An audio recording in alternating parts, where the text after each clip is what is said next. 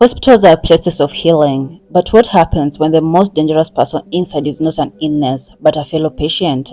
This is the story of a man accused of murdering fellow patients at Kenya's largest referral hospital, Kenyatta National Hospital. It is a tale of system failures, unanswered questions, and grief inside corridors meant to save lives.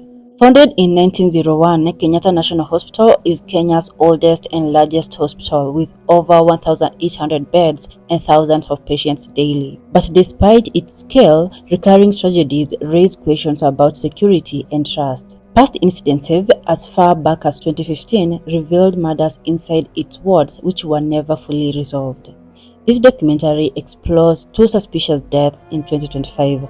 First, Gilbert Kinyua in February, then another one in July, both in the same ward. Was this coincidence or something darker? Gilbert Kinyua Muthoni, a 39-year-old, a husband and father, was suffering from a rare neurological disorder.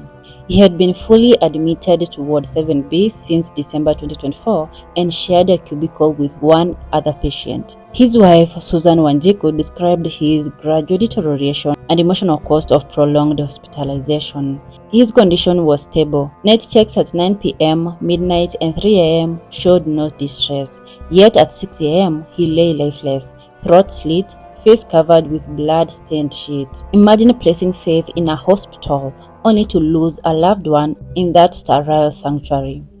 On February 7, 2025, nurses on early ward rounds discovered Kinyua's body. Security was alerted immediately. The DCI and crime scene unit arrived swiftly.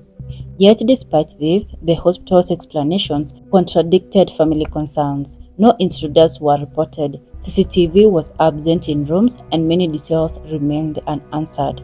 Susan demanded justice. He was supposed to heal here, not to be killed, she said, grieving her husband in a facility she believed to be safe.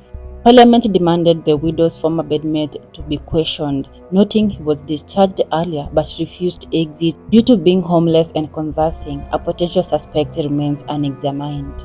As investigations proceeded, the DCI gathered evidence, TV footage from corridors, and forensic samples. Meanwhile, KNH management insisted security remained high and pledged cooperation. But families and MPs criticized the gaps, malfunctioning cameras, poor monitoring, and months without final reports from DCI raised suspicion of cover-ups. The KNH CEO and medical director emphasized integrity, yet failed to address deeper institutional failures flagged by MPs. Wanjiku's frustrations echoed across Kenyan society. Why was someone killed under supposed protection? Only months later, in July 2025, a second patient, referred to as Ndewa in media reports, was discovered dead in Ward 7B. Around 2 p.m., after visiting hours, a cleaner found him in a pool of blood. Detectives noticed the blood-stained slipper tracks leading to a side room, where a blue slipper and bloodied sheet were recovered. On the hospital ground, beneath the ward window, lay a knife wrapped in gloves, suspected murder weapon. The investigation pointed to a patient admitted since December as the prime suspect. He had been in the same ward as the victim in February and linked to Gilbert's prior murder. Forensic evidence was forwarded to the National Forensic Lab. Investigators now consider the possibility of a serial killer inside KNH.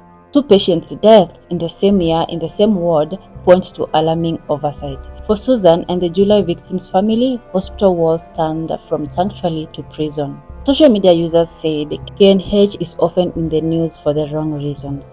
Patients' neck being sliced, poor security. Other cases like the 2025's unnerving stories underscore deeper systematic cracks, overcrowding, underinvested systems, and distract. KNH remains the pillar of national health, but these tragedies expose vulnerabilities. Security experts call for urgent reforms, improved CCTV, staff training, psychiatric monitoring of admitted patients, and transparent investigation process.